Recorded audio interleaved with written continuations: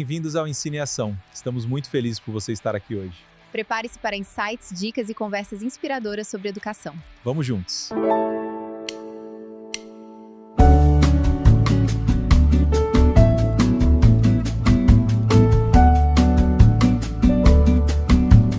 O farol que guia o amanhã, o farol que guia o amanhã, a voz da sabedoria, a voz da sabedoria, saber para sempre.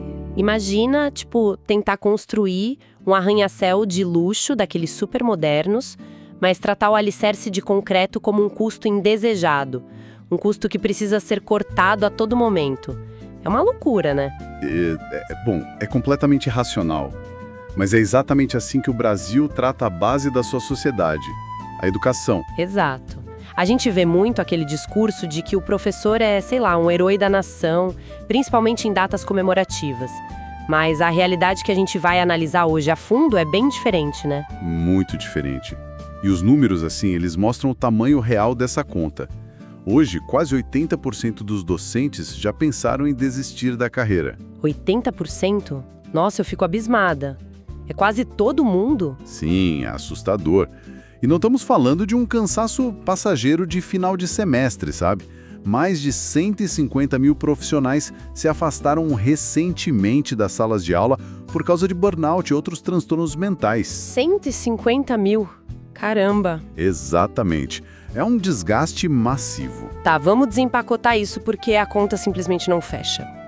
Como a gente sai dessa ideia de heróis para uma categoria tão adoecida e que tá, querendo abandonar o barco? A raiz disso é bem profunda. O que é fascinante aqui é entender a questão histórica. Por ser uma profissão majoritariamente feminina, o ensino sofreu uma desvalorização crônica ao longo de décadas. Ah, entendi. Aquela velha visão do cuidado materno que não é valorizado financeiramente. Exato.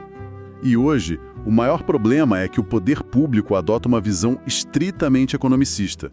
Ou seja, o educador deixou de ser visto como investimento vital no futuro do país e virou só uma linha de despesa na planilha. Um custo que precisa ser espremido, né? Isso. Para quem está ouvindo ter uma dimensão prática, em 2025, o salário médio na rede pública ficou em pouco mais de R$ 5.400. Isso dá só 86% do que ganham outros profissionais com o mesmo nível de escolaridade. Peraí, aqui é onde a coisa fica realmente interessante. Porque existe uma lei do piso salarial desde 2008.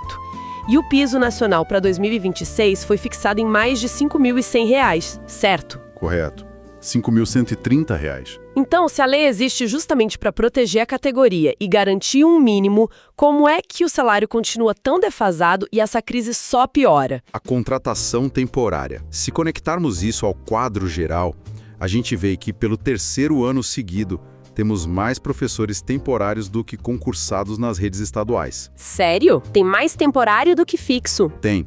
Em alguns lugares, o número de temporários passa dos 80% do quadro total. E quando a gestão contrata temporários em massa, ela burla a estabilidade e, na prática, facilita o descumprimento dessa lei do piso. Gente, é a mesma lógica de trocar toda a equipe de um projeto super complexo a cada 6 meses. E ainda exigir que os resultados finais sejam de excelência constante. É exatamente isso. É impossível manter o padrão desse jeito. Completamente. E quando a administração troca essa equipe a cada semestre com contratos precários, isso destrói a única coisa que realmente faz um aluno aprender: o vínculo. A confiança que a criança constrói com aquele educador vai por água abaixo. O impacto disso na sala de aula é devastador e aprofunda o abismo educacional, punindo com muito mais força as regiões mais pobres do país. E isso retroalimenta o problema de saúde mental que a gente mencionou lá no começo.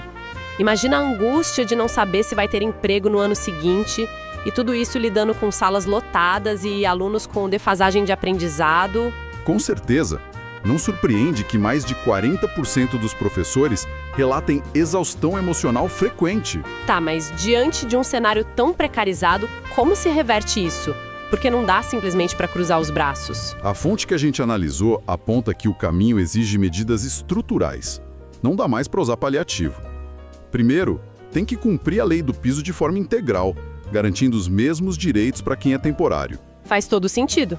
Mas o principal mesmo é acabar de vez com essa armadilha da precarização. Ou seja, realizar concursos públicos frequentes e criar planos de carreira reais. Além disso, é urgente dar autonomia pedagógica aos docentes. Autonomia pedagógica, nesse caso, seria parar de microgerenciar o trabalho do professor. Muito mais do que isso. É dar a eles o poder de decidir como ensinar com base na realidade específica daquela sala de aula e da comunidade. Em vez de, obrigá-los a seguir cegamente um manual padronizado imposto por gestores que muitas vezes nunca pisaram numa escola pública. Nossa, é uma mudança que afeta todo mundo. A desmotivação de quem ensina contamina o ambiente escolar inteiro e compromete o futuro da sociedade. Fica muito claro para quem nos acompanha que educar é um ato político. Sem dúvida nenhuma. E o reconhecimento de verdade não se faz apenas com aplausos no Dia dos Professores. Exige vontade política e investimento institucional constante. Enquanto a contratação de educadores for tratada como um tapa-buraco, nenhum plano vai se sustentar. Com certeza. O que nos deixa com uma provocação final para quem está ouvindo.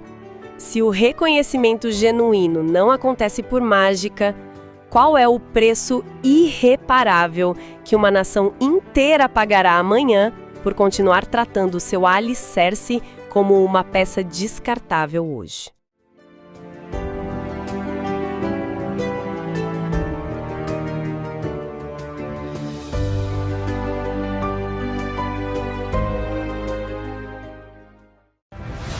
Valeu pela companhia! Lançamentos inéditos todos os sábados. Não perca o próximo!